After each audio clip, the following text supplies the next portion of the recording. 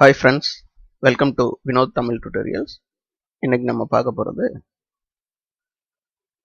multiple images, multiple documents எப்படி நம்ம Photoshop CC 2018ல organise பண்ண போறோம் அப்படிங்கிறது தான் பார்க்க போறோம்.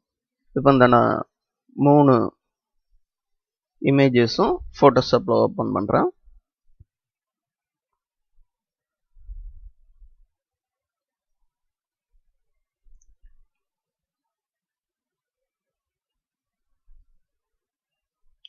மூணு இமேஜஸுமே வந்துருச்சு. இப்போ பார்த்தீங்கன்னா மூணுமே டேப்ல இருக்கு.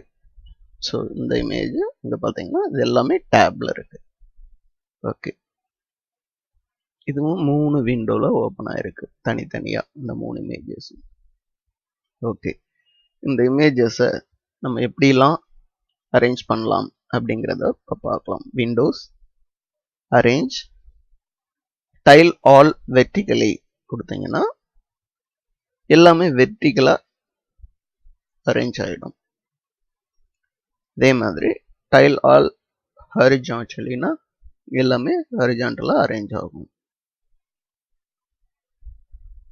2 up ஹாரிஜான்டல்னா 2 இமேஜ் மட்டும் ஹாரிஜான்டலா அரேஞ்ச் ஆகுது.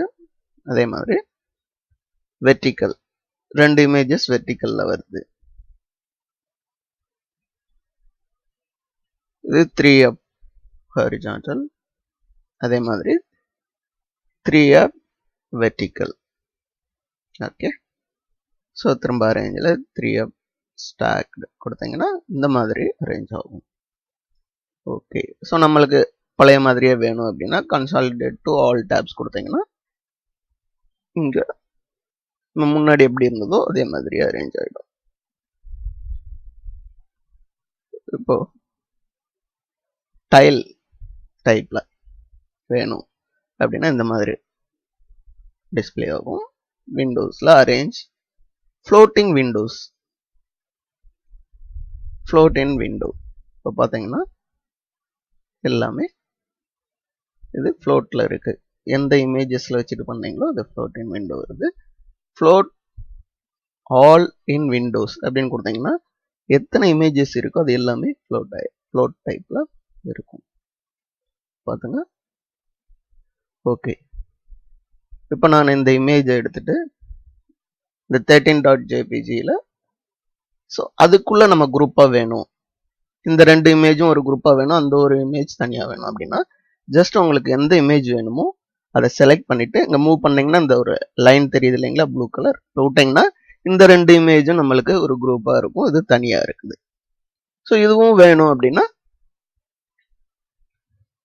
கொடுத்தீங்கன்னா அந்த கரெக்டா அந்த ப்ளூ கலர் ஒரு இடத்துல அப்படி வச்சிங்கன்னா ஆயிடும்.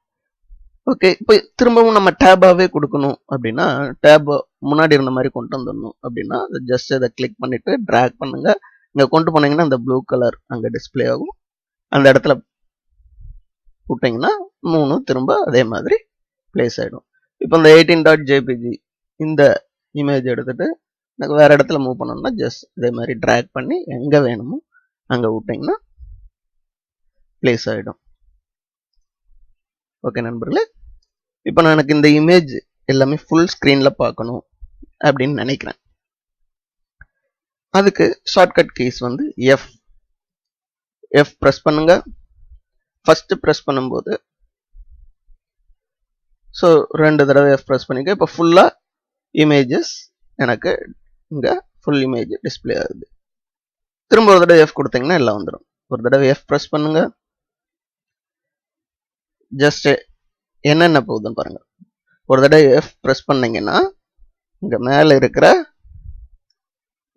டேப்ஸ் எல்லாம் மறைஞ்சிட்டு எந்த விண்டோல இருக்கீங்களோ அந்த விண்டோ மட்டும் ஃபுல்லா வருது. இன்னொரு எஃப் பிரஸ் பண்ணீங்கன்னா நம்மளுக்கு டூல் பார், பேனல், மேல இருக்கிற மெனு பார் எல்லாமே டிஸ்பிளே ஆயிடும்.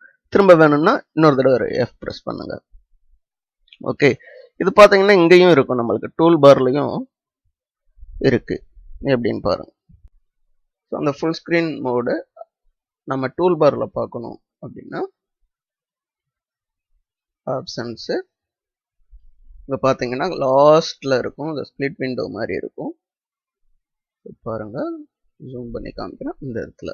இப்போ இதை பார்த்தீங்கன்னா இந்த லாஸ்ட் கார்னரில் இந்த சேஞ்ச் ஸ்க்ரீன் மோட் இதில் வச்சு பார்த்தீங்கன்னா தெரியும். ஸ்டாண்டர்ட் ஸ்க்ரீன் மோடுக்கும் F, full screen mode with menu பார்க்கும் எஃப், ஃபுல் ஸ்க்ரீன் மோடுக்கும் எஃப் கொடுத்தீங்கனாலும் இது ஒரு ஷார்ட்கட்ஸ். ஓகேங்களா?